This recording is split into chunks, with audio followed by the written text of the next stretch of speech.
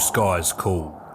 They seduce us, pulling us irresistibly upwards, reminding us to fly our own line, on our wings, and in life.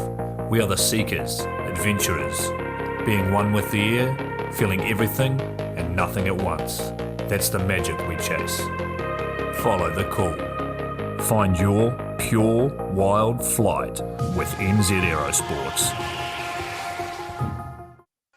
Of course, I absolutely love the NZ Aerosports business model. I mean, come on.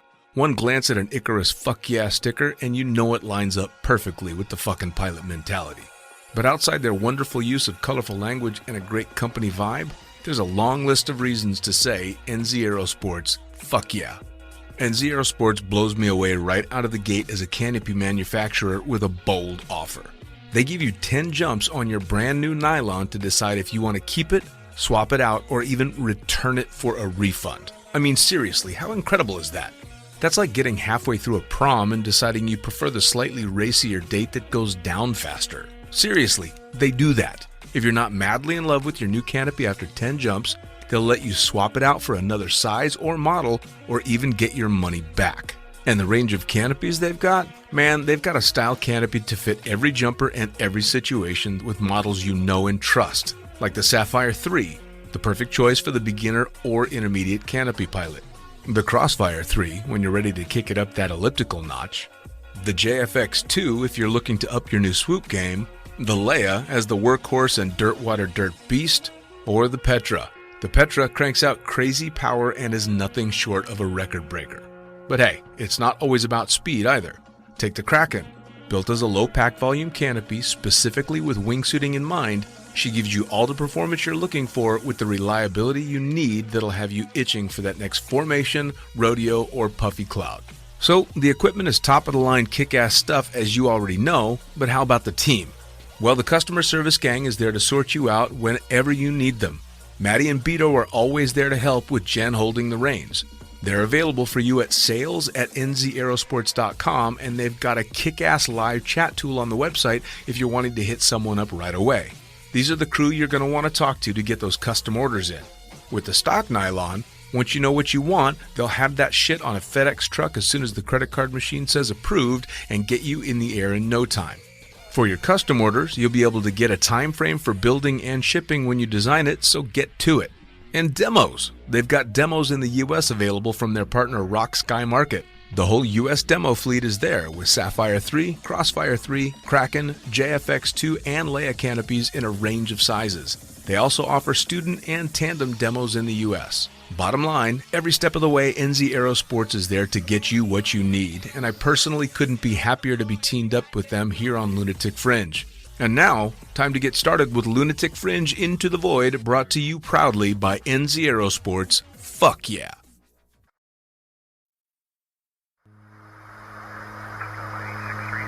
Coming straight from the cockpit, it's another episode of Lunatic Fringe with the fucking pilot.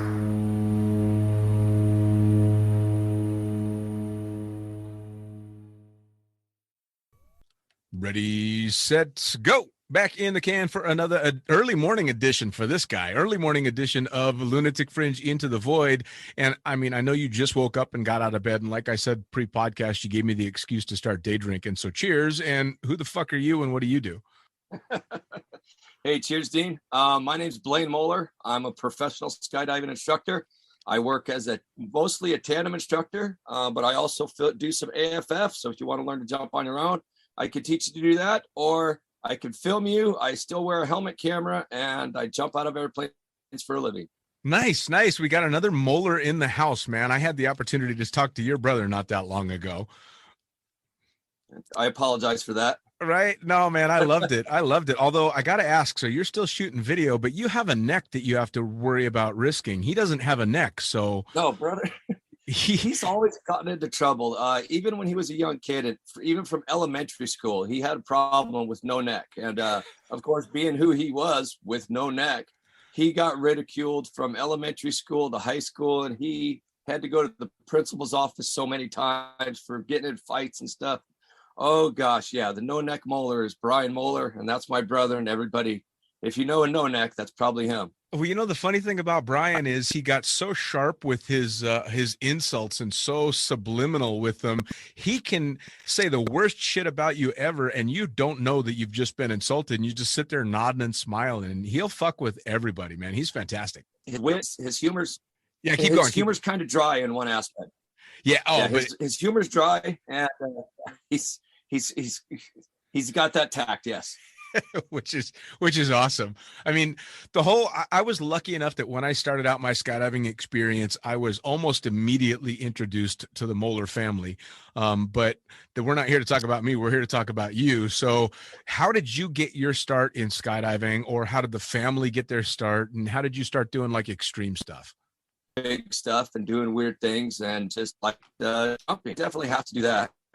Even though growing up, that your brother we were talking about, when we were doing the BMX stuff, I was always the first one to go off the ramp. Sure. Hey, let's go test this new ramp. Blane goes first. That day, and he's like, "Who's going first?" And I just immediately pointed. He's older. He's going first. So a few years later, decided to was having some other issues in life and had lost my job and crashed my car all in the same weekend. And the only opportunity I had was to live at the drop zone and start working as a packer. So I came up from a packer and worked as a packer for many, many years. At that time, hey, you remember those High 8 videos? Oh, yeah. It was before High 8. I think we were still shooting on Super 8. So the cameras were quite a bit smaller. And after about 5-6 years of packing, I finally got to put a camera on my head, and the sport just exploded from there. Right. I mean, you got started a bit before me, obviously. And by the time I came in, the cameras were what you and I would think of as smaller, but they were fucking massive, man. Oh, compared to today. Yes. Jeez.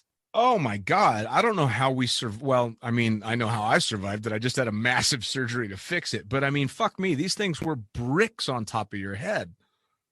Yeah. I mean, it's if anybody watching this podcast can remember what a VHS tape used to look like. Those cameras we started on was a VHS-C. So the entire camera was about 4 stacks of those VHS tapes. And yes, the camera that went inside of it was half the thing was the damn tape. Oh, yeah. Well, and you remember, too, you'd shoot the video, and then when you wanted to change tapes, you had to remove all the gaff tape that you put all over the camera to keep the tape from fluttering all over the place. Otherwise, you wouldn't have good video. Correct.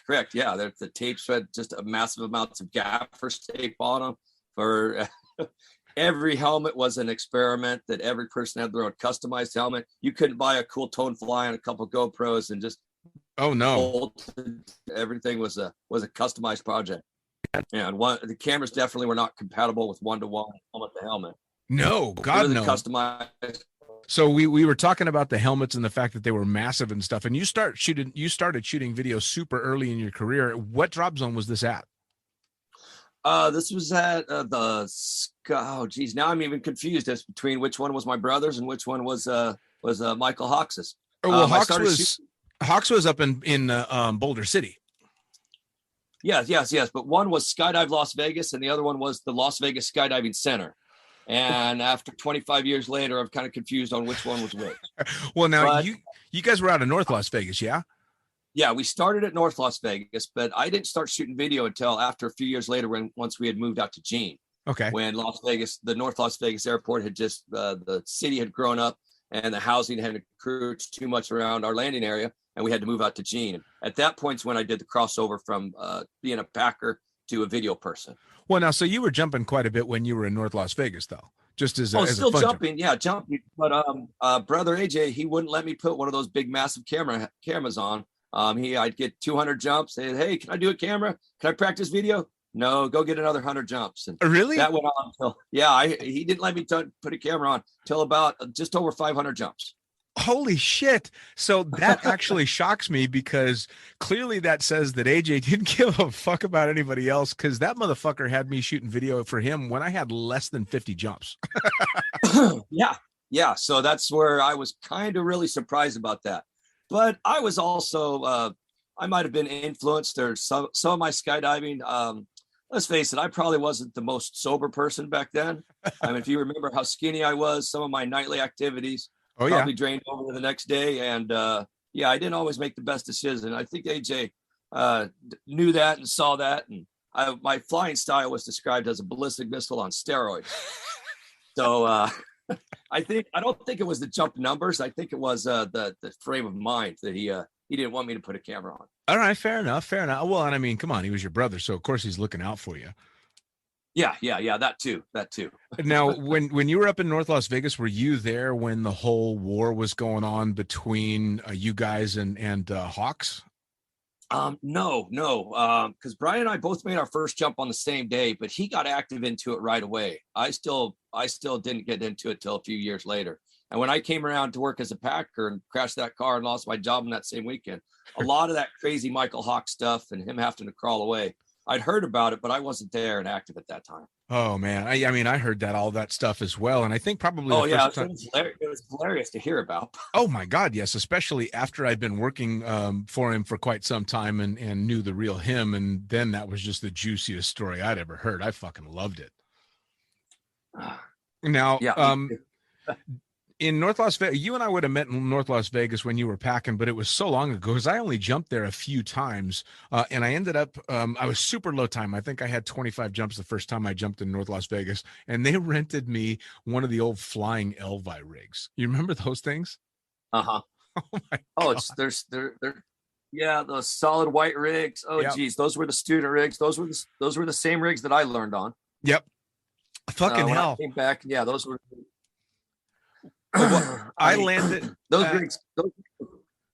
No, please go ahead. Weren't the best even for Hollywood movie rigs. Right? What's that? Yeah, you were saying about the movie, they weren't even the best for the movie. No, well, I mean, they were state of the art at the time, but they were kind of put together on a whim for the movie, solid white, and those guys were capable of a lot different parachutes. For the movie, they were 288 Mantas and made out of F-111 material. Right. And so later on, those rigs made great student rigs, but God, they were junky and not even that great, even brand new for the movie. Well, and the AADs they had on them, I still to this day don't know how to set one of those things because it was that big old brick that was strapped to your hip. Oh, yeah. No idea how that shit works. I became a rigger was one of the first ratings I ever got. I got my rigger's license at 21. So I got really, really very familiar with the gear early on. And I remember those AADs, and unfortunately, no, I still know how to turn those on. And every once in a while, believe it or not, I'll still see one. Oh, Jesus. Seriously? Yes. Holy fuck, man. Yeah, it's I mean, I suppose that's the same thing as the guys that want to occasionally go out and jump the round to remember what it was like. Yeah, I never will understand that. It's really, really cool and awesome to go drive a classic car. It's just not that cool to jump classic parachute gear. Yeah, no. There's a reason that it's gotten safer for a reason. Now, starting out in North Las Vegas and doing a lot of jumping there, man, that was an interesting place to jump just because you were surrounded by neighborhoods. I mean, did you have any weird landings and off stuff that happened? Not necessarily landing off. Definitely when we had to go chase a couple mains, strolling through backyards, getting chased by dogs. The neighbors were always pretty nice, but the neighborhood dogs didn't like us too much. Yeah, for sure. Well, dogs were just doing their job. Some stranger jumping through their backyard. Right. I remember landing off on one jump there, and I had a borrowed RW suit, and it was all white with purple and pink grippers. And I landed off in the middle of a neighborhood in North Las Vegas and was strolling around with an all white rig. I don't know what color the parachute was, in a tight white jumpsuit, thinking I'm going to get fucking shot. Yeah. North Las Vegas wasn't the best neighborhood to be right around that, anywhere outside of the drop zone. Right. Yeah, that'd be funny. I remember one day Jake's looking for a main parachute, and he jumps over this wall. I mean, in about half of a second, he's back on this side of the wall, and his face is just pale white. And we're like, what? You didn't have a chance to look that quick, and his face just so white, but all he could say was, "Dog, white teeth." big dog, white teeth. Oh man. Well, it must have been such a relief when you guys got to go out to Gene finally. It was a relief, because at Las Vegas, I was the bus driver, and they kept moving the landing area farther out to where my bus driving to shuttle back and forth to pick up loads was getting farther and farther drive. And at Gene, we were fixed at that 5 miles away, so it was much less of a bus driving for me. So yeah, it was a relief in that aspect. Well, and you guys were the first ones that you were set up on the drop zone. And I remember you had the trailer that was just off the grass in Gene as well, which was super cool. That was super cool. That was super nice. That grass, never going to say how many times that grass was landed on, but there were several times without permission because our landing area was supposed to be 5 miles south. But maybe there might have been some activities that happened after night where that grass got landed on pretty often. Sure. Well, you know what? I never understood what the reason for keeping the landing area so far away on Gene was, because it wasn't an exactly heavily used airport. That was just politics at the airport. I'm not really sure why either. They are currently landing on the airport now. It's only taken 18 years to move that landing area to where it probably should have been where it should have been from the first place, but that's where they're at now. Sure. Well, I mean, I started jumping there shortly after you guys opened. That's when AJ put me to work almost right away. And I think he only did it because I was in the wind tunnel as well. So he knew I'd get the video. He just wasn't sure about the rest of it. Yeah. And I mean, AJ's camping skills had a lot to be desired. Yeah, fair enough. Fair enough. Well, I mean, he was such a character anyway, though. I mean, some of the stuff that went on when he was running that place, suffice it to say, there were a couple of, what did they call them? Bandit jumps out of that King Air that they were running for a little while. Yeah, again, those are some of those jumps I don't want to mention too much, that we were probably landing on the grass in the front of that trailer that we weren't supposed to. Right. Well, I had one. There was. I don't want to mention how much alcohol was definitely not consumed before any of those bandit jumps. Nor do I want to mention the time of day or past dark that those bandit jumps might have happened. Right. Well, we did one that I was a part of. It probably didn't happen almost every Saturday. Of course not. Something like that would never be done. I never would have done a high altitude tandem with Kevin Love shooting video for a firefighter / tandem instructor rolling out of the plane at a little over 18,000 feet. Yeah, right. Oh my God. That was a unique time in Vegas, wasn't it?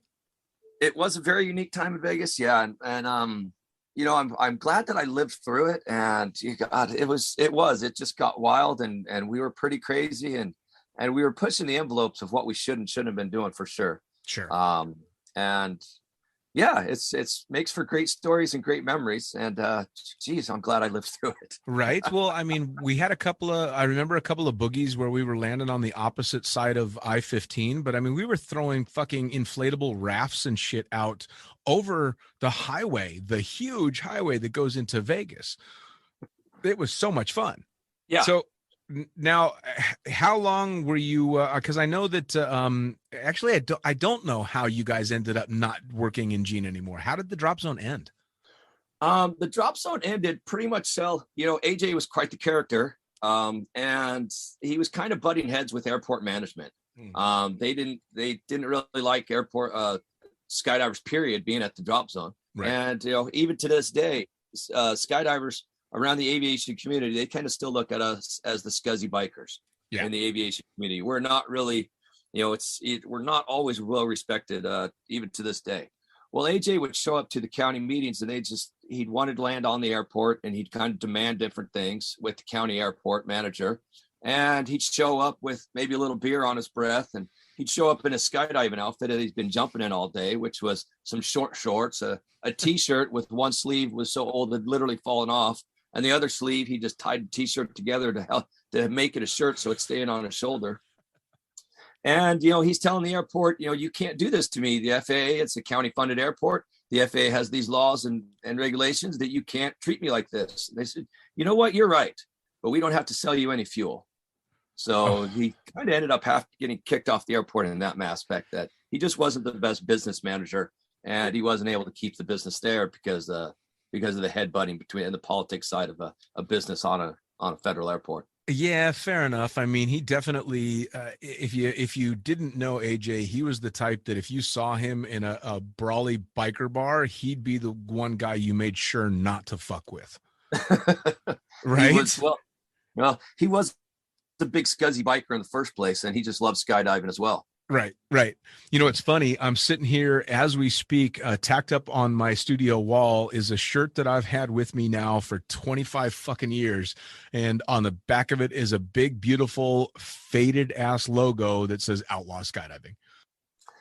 Yeah, I'm not sure if you remember the last time we actually saw each other was at Lodi skydiving, and you Yep. were mentioning you didn't have a new outlaw shirt. Yep. And I actually took the shirt off my back and gave it to you because I have several still. You sure as hell did, because that one I still wear to this day.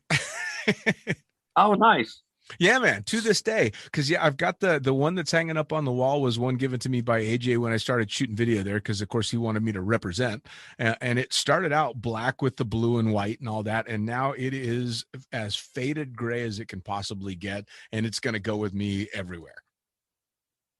Nice. Yeah, man.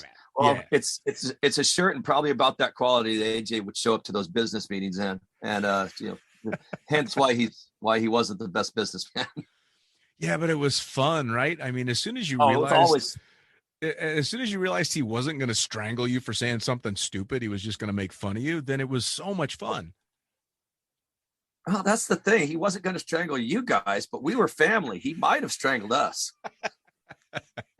So we kind of had to watch it. I remember one time, oh geez, this poor AFF kid, he landed on the other side of the freeway, and we're on the bus trying to get out there to pick him up, and he's walking the wrong way down a fence line, and the fence line, the road doesn't get to where the kid can get, so it takes us a while to pick this guy up.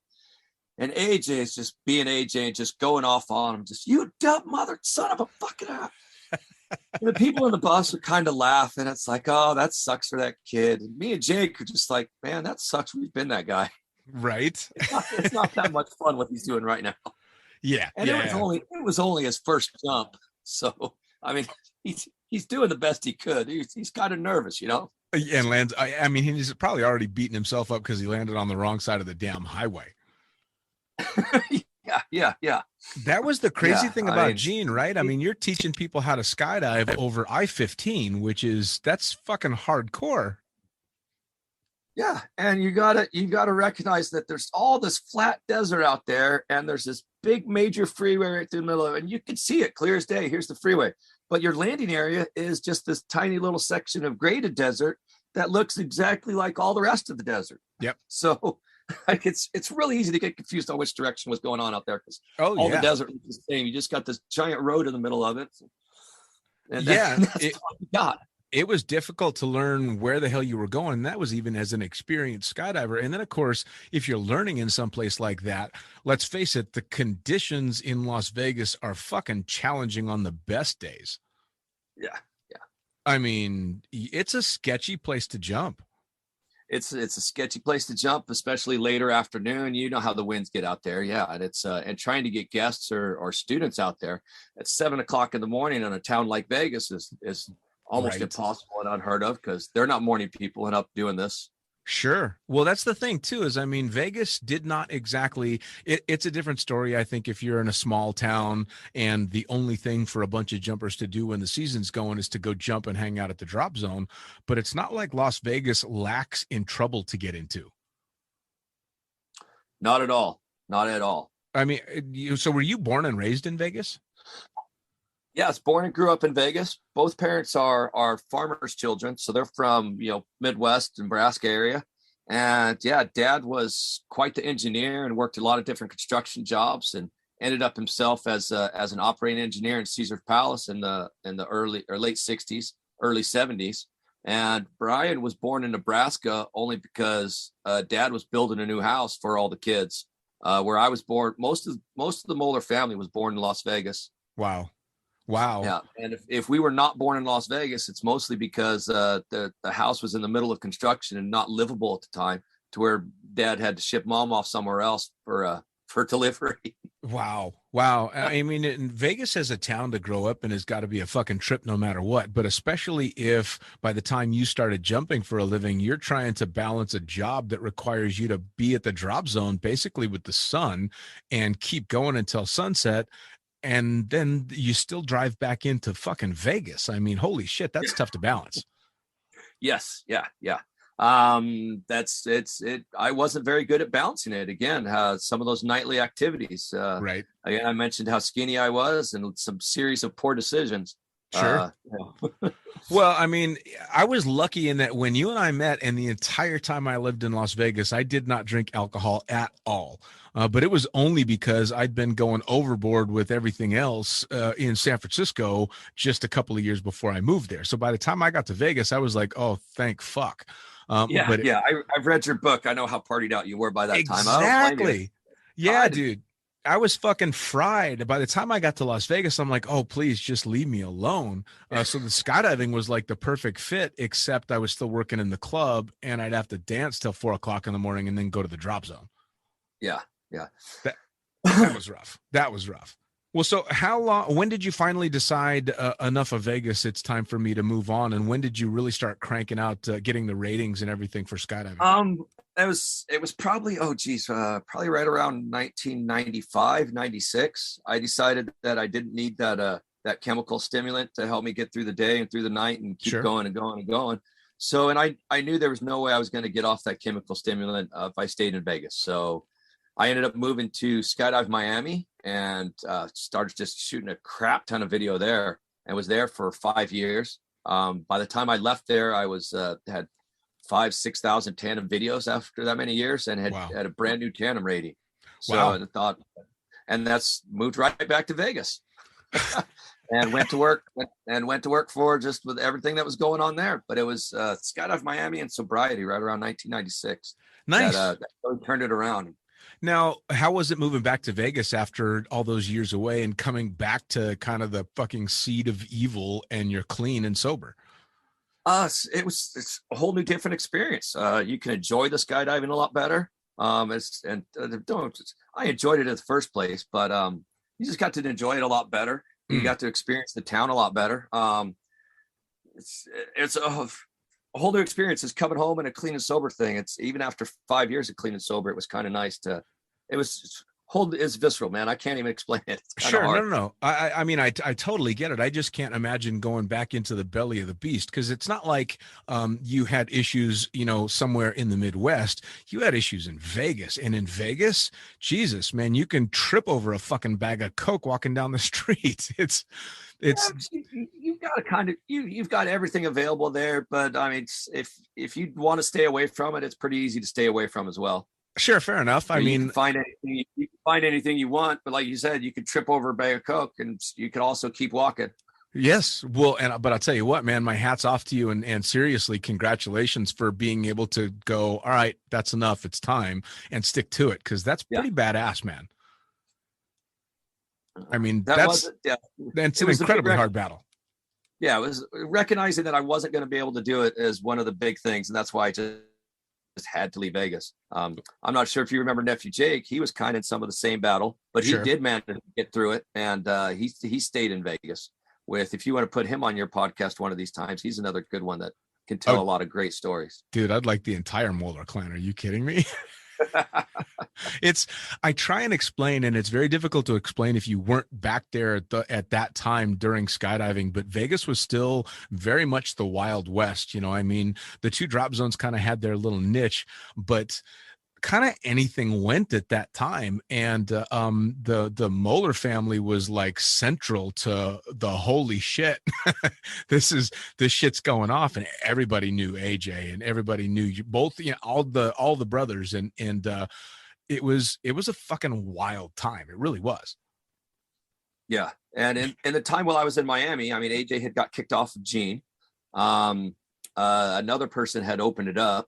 Unfortunately, right around that time is when AJ passed. Sure. On his accident that was not skydiving related. Right. And I came back, and Brian and I had been working. Brian was working for the guy that Michael Hawk sold it to. Yep. So I tried some construction, but that's let's face it, my real true love was skydiving. So the construction job didn't last. Sure. And when they were calling me to come do tandems, so the construction job failed, and here I am still skydiving. Right. I mean, dude, honestly, if I look back at everything that's gone on, if it weren't for a few key opportunities and a few key figures in my life, I would not have had anywhere near the wonderful, bizarre life that I've had. And AJ was certainly like tops on the list, because he was the first one that was like, yeah, fuck it, put a camera on your head, let's see if you can shoot video. If it hadn't been for that, it probably never would have crossed my mind. It probably never would have. So now you're not in Vegas anymore, though. You've done quite a bit of bouncing around and working, doing with all your ratings. Yeah. Yes. It's been, let's see, I've been in the RV lifestyle for probably about 7 years now. Nice. Got to Vegas, was there for a few years, went to Northern Nevada and the Tahoe area. And hey, it's beautiful up there. If you ever get the chance to jump anywhere close to Lake Tahoe, it is gorgeous. Mm-hmm. From there, I moved over to the Lodi area, where I met my current wife / girlfriend approximately 10 years ago. And we've been in the RV lifestyle for about the last 9 years. And yeah, we bounce around we do a couple seasons here, a couple seasons there. We've been way out east to Long Island, northern Midwest, Wisconsin. And we are currently in the Chicagoland Skydiving Center. Nice. I mean, I tell you what, I'm envious. Obviously, as a pilot, it's a little bit more difficult to bounce from. I mean, I suppose you could bounce from job to job, but once you've got a good gig, especially flying my favorite kind of plane, which is an Otter, you generally trying to hang on to it. Yeah. Oh, I fucking love it. But I got to admit, there's a big part of me that's jealous of being able to go, nope, fuck it, we're going to live in this part of the world now, or we're going to go here or go there. I mean, it's got to be some serious freedom to it, especially if your partner's into it.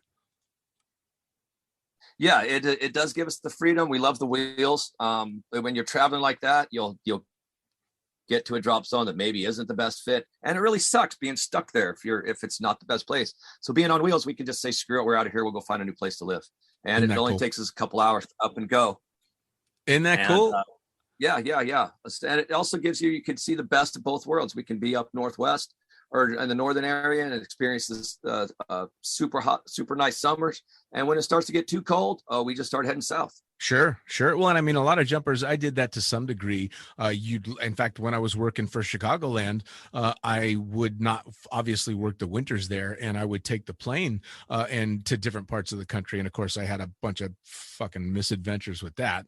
But it was still, it was great to be able to run away from the cold, and you have this eternal summer going on, which does not suck. No, it doesn't suck.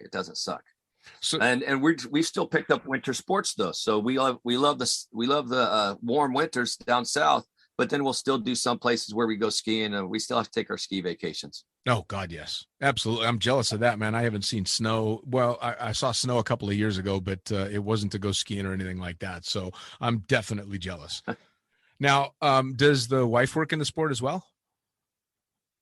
Yes, she is also a tandem instructor. She's one of less than 200 tandem instructors that USPA has registered. But she's a full-time TI. Also shoots outside video and is an AFF instructor as well. Fucking hell, man. She's a rock star as well. Definitely. Yeah. You know, it's kind of funny, and I'm not sure how you feel about it, but I've had a lot of people ask, because half of the people only know me as a pilot anymore. They don't know me as a jumper. And when I do talk about my jumping, I'll tell people that my favorite way to skydive turned out to be, of all things, tandems. I just loved being able to give that experience to people. But for you, what's the perfect way for you? It is a tandem curse that I still really, really love doing tandems as well. It's one of my favorite things. I still have the most jumps doing it. I do still love outside video because I get to fly my own parachute. Sure. But there's a glow that comes with AFF. I mean, AFF is a lot of work. You're challenging the student. You're putting a lot more time in. It doesn't really pay that well. But when you see it, when you got that student and they're struggling with something, and then they finally get it and they nail it, and you see that rainbow on their face and that glow, and it's like where their face goes from stress to I just got it. That one's pretty awesome too. I kind of still love all of it. It's tandems are where they usually put me, but I still love doing flipping all of it. That's the thing too, right? I mean, the whole instructor side of things was always the most fun for me. The tandems, because I mean, I hate to say it, but tandems turned out to be the easiest, funnest way to do it. Tandems, once you're a qualified tandem instructor, there's pretty much a script that you can go by, and it's not too often that a jump goes outside of what you're expecting. But AFF was super rewarding, but fuck me, could it get scary? I mean, Yeah, but Jesus. it's the rewarding part that comes with it, though.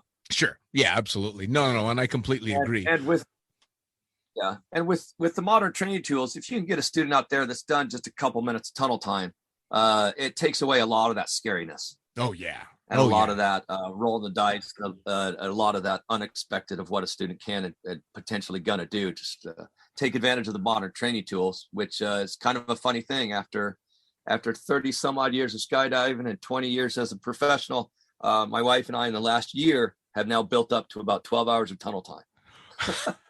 I've decided to become a tunnel rat in the last little bit.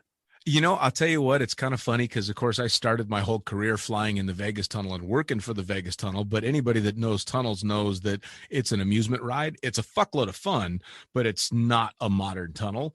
And then I went and got in a modern tunnel and discovered just how bad I suck. Right.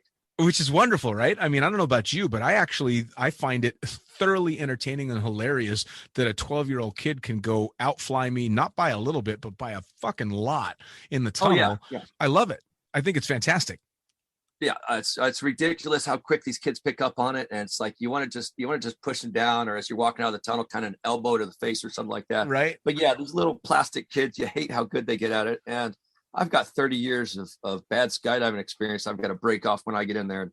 Yeah, the damn tunnels, I call it the humble machine. Oh yeah. But the wife and I decided a while back we're tired of being these full-time instructors that the instructor curse is when you're a full-time instructor, you don't go fun jump. When you do, well, your fun jumping skills really aren't too high anymore because you're stuck doing tandems or AFF or something else all the time. And you don't want to go wreck somebody else's jump because they're on the weekend. And then it's just a snowball effect. The more you don't jump, the more your skills get lower, and everybody else around you, their skills keep getting higher and higher. So that's the reason we decided to quit doing that. We're taking advantage of the tunnel so that when we do go punch up on the weekend, we don't suck so bad. That's fucking awesome. I mean, it was, I like to say I had quit skydiving and started flying full time, and I would do tandems on the side and stuff. But of course I was so busy flying or occasionally chucking drogues that fun jumping didn't exist. And then I stopped doing all of that and was just flying and decided, something, I think I'll go be a fun jumper again. Cause a buddy of mine asked me to go out and make a jump, and the idea of skydiving made me nervous. And I went, oh shit, I think it might be time to go jump again. And went out and just became a shitty fun jumper, having a blast, not being particularly good at anything, which was just entertaining. Right. So much fun. And then, of course, you get to go back and for you, continue the instructing. But I'm super stoked that you've taken the time now, especially in the tunnel, which I believe you're close to now, to start digging in all those skills. Yes. Now, yeah. And it's I call it the humble machine because if you go in there as a beginner, you can learn you learn proper form and proper technique. Where I've got 30 years of bad skydiving experience to kick off before I can become a very good tunnel rat at all. Oh yeah, no, you've got to unlearn everything before you can graduate to sucking before you start to get better. Yeah, you come to find out it's like just because you were falling in a head down position doesn't mean you were flying. Right. You were only sitting in a chair. That wasn't sit flying. Yep, absolutely. Well, and using an amazing amount of airspace to do what you thought was going straight down. Yeah. Yeah, no. It's funny. Our tunnel coach is literally half my age. Well, we had talked pre-podcast, and you said one of the shows that you had listened to was talking to Ray Kubiak, who, of course, we both know from the Vegas tunnel, who went on to become ultimate ninja in the tunnel. Yeah, he's if you're any time in the tunnel, you got to know Kubiak, and if you don't, well, you haven't been in the tunnel very much. But yeah, he is the tunnel ninja. Oh he's yeah, probably still has the most hours of anybody on the planet. I mean, yeah, he's still a full-time tunnel coach, I believe. Yep, and loves it as much today as he did when he started. Yeah. Well, kind of a curse because I know he got out of the tunnel and he went to work and was flying outside video for a while and became a fairly good canopy pilot, which isn't very standard for most tunnel rats and Right. tunnel people. Right. Where he actually got down to where he was jumping a relatively small parachute, but I'll bet you he's not ready to do that anytime close or soon. I don't Right. think he's jumping several years. Yeah, no, I know. It's well, and he's so damn good in the tunnel. He still comes up with the most insane shit. Although the funny thing, especially now, is knowing that Ray is like an old guy. He's like OG tunnel now. He's which is insane because to me he's still a fucking kid. Yeah, yeah. Well, Ugh. to me, we're all still kids. Right. Dude, I might have got older, but I never grew up. how hard is that for you? Because I know for me it's insane. Because when I wake up in the morning, my head tells me I'm 18, but everything else tells me I'm 52. Well, I didn't go to the gym too much as a younger kid, and I didn't go to the gym too much through my 30s. And I probably should have went a lot more through my 40s. And I'm figuring out here in my late 40s that if I want to physically keep up with these kids, I need to hit the gym a little more often. Sure. And that's pretty much all it is just need to hit the gym a little more. I mean, I'll tell you what, I was lucky enough that I got into the habit of doing the gym a long, long time ago. And if it makes you feel any better, I still can't fucking keep up with them. And I've been doing the gym shit for most of my life. But you'll still feel better. I guarantee it, but they're going to run circles around us. There's nothing we can do. You just have to keep that mental attitude about it. There's no way these kids still can't keep up with me. I mean, they might be able to do a cooler trick, but I'll still be able to do it smoother, faster. I'm not sure. I don't know. Some way I'm going to talk my way into being better than them. Right. Which is, I mean, come on. That's just that's the one joke about the two bulls on top of the hill looking down at the herd of cows, and the young one wants to run down and nail them all, and the old one says, no, let's nail one of them, and the old one says, let's just walk down and nail them all. It's the same thing. One thing AJ always quoted that was a good one that I'll steal from was, old age and treachery will overcome youth and skill every time. Every time. That's the benefit to being the old fucker is chances are whatever trick they're going to try and pull, we've seen quite a few times. Yeah. Well, it's kind of benefit being the old fucker around the drop zone now, because now you could say old man perverted things, and now people just laugh and giggle with you instead of try to have you arrested. Right. Like, well, that's Grandpa said something funny. That's the other thing that we have the benefit of is our generation of skydivers. The whole political correctness and all that stuff hadn't happened yet. And so when we were on the drop zone, it was the most inappropriate, fucked up shit all the time was just normal. Right. And it's funny because I'll get guests on the podcast and I'll tell them, yeah, we'll just have a talk like we used to back in the day. And then all of a sudden, all my friends forgot how to say the word fuck. And I'm like, wait a second, man, I've seen you. but everybody's like, no, we got to keep it calm. We got to stay relaxed. And I get it, but I don't get it. Yeah. It's over the years, I've gotten good at feeling the guests out about what you can say in the airplane and what you can't and what you should and shouldn't. And every once in a while, you'll still get surprised and get called out. And it's like, oh, whoops. Yeah, maybe I shouldn't have said that in front of a Mormon priest. Whoops. All right. Oh, the stuff that we used to the stuff that we used to do and say on the airplanes on the ride to altitude, especially in Vegas, were just so over the top. Yeah, but Vegas was the wild place. You could usually get away with it for about 99% of the time in Vegas because, it was Sin City. Yeah. And, at that time, it still wasn't a family place like it is quite so much today. Yeah, it was expected. It was halfway, not only expected, it was halfway encouraged. Oh, for sure. I mean, I think, if a guest is telling some weird, gross, inappropriate joke, I'm sure I've got one that might be at least just as inappropriate. Yeah. So I remember when I was working for Michael Hawks, Simon Wade, who I'm sure you knew quite well as well, was having a birthday. Yes. And so we got one of the girls that I worked at the club came up to strip for him at the drop zone during business hours, like had him pinned to the chair in the hangar, buck naked and going to town. And then we took her on a skydive. Welcome to Vegas. Sounds like a Vegas Wednesday. How many times would the girls, especially when the porn convention was in town, would girls and guys come out to the drop zone wanting to jump naked? I mean, that was normal.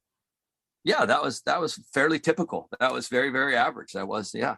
Oh yeah. And we usually ask him to at least keep underwear on for the leg straps purposes, just for comfort. But yeah. Right.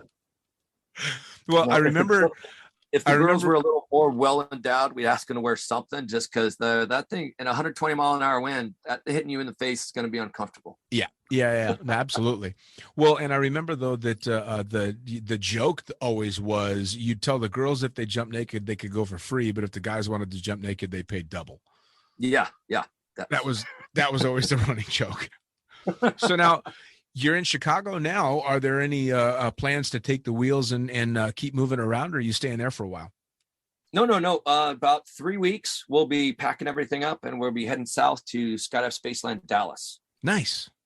Yeah, the big corporations of the Spacelands. I'm not sure if you're familiar with them, but they've taken skydiving to the corporation level, and it's pretty amazing. They've got a great student program and other things like that, and we get to park our place at the one they own in Dallas. Nice. Well, I mean, especially with something like Spaceland, but the corporate kind of skydiving is so mainstream now, which is something I never thought was going to happen, at least not to the level it is. But they've proven that the whole mainstream corporate version works really well.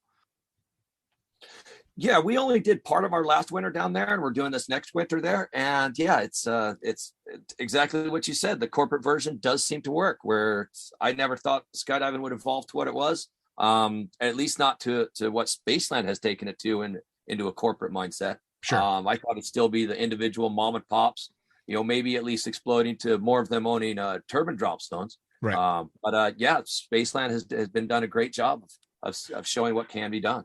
Now, do you think the corporate version kind of gets away from the old bonfire type drop zone, or does that still happen? It still happens, but it's kind of a different mindset to it. Where the bonfire was just wild and crazy stories of this is no shit. There I thought I was going to die. Where now it's a little more. Well, no, it's probably still about the same exact thing. As you think about it, you go to it, even the corporate version, they still promote the first jump beer rule. And after the airplane's put away, the beer light comes on, and the bonfire's probably still the same. See, that's wonderful to hear, because my fear anytime I hear a phrase like corporate skydiving is that they've taken everything, or at least a lot of what I fell in love with the sport, and kind of tossed it out the window so that they can, tick all the boxes and keep everything in the lines. But if it's still that mentality once the beer light's on, that's fucking amazing. No, it is there for sure. Awesome. And so yeah. Is it Dallas and Chicago for right now? For right now, yes. Nice. Have you thought about trying to do anything abroad? We went to France a couple years back and picked up some speed riding. If you're familiar with that, flying those high-speed parachutes down the mountain with your skis on. Sure. And we're planning on doing that again this winter. But as for traveling and trying to do too much abroad for jump wise, it makes it difficult that we have pets and animals at home, that we can't really be gone for too far, and trying to get the animals overseas is a little difficult. Yeah. Once they go, this dumb, I hate this cat. Once they're out of the picture, some things might change, but we might pick up new animals and still just travel abroad for fun instead of work. Well, I mean, that's one thing you have to say about the United States, man. You can pretty much find anything you want. It's a big fucking place. Yes. Yeah, definitely. And there's skydiving in all of the U.S. now. So it's not just you got to hunt to find one. There's multiple drop zones everywhere you go anymore. Yeah, and your house is on wheels. You can hit lots of different drop zones in a couple of years, and it does make it nice. We like to every couple seasons move along to, not burn bridges, but just move on for different scenery and different people. Sure. And keep the vagabond and gypsy lifestyle going. Well, and the cool thing too, especially if you're doing that lifestyle, is skydiving is still a small enough sport that once you have a positive reputation, there's nowhere you can't go. This is true. I mean, as soon as you're known as a workhorse that's going to do things reliably, chances are it's one or two phone calls before you're hooked up and on your way, which is awesome. Yes. Yeah, definitely. Awesome. So right now, if they want to come jump with you, if they want to come do AFF with you or strap themselves to you and get chucked out, they're going to stay in Chicagoland. But then in 3 or 4 weeks or so, you're going to be down Dallas way. Yep, close to Dallas in a little town called Whitewright, Texas. You can check them out. If you want to check out any of the Spacelands, they're all over the country and all over Texas down into Florida. Right now, I'm currently up at Chicagoland Skydiving Center and having a blast. We close down in about 3 more weeks. So if you want to come here, you better hurry.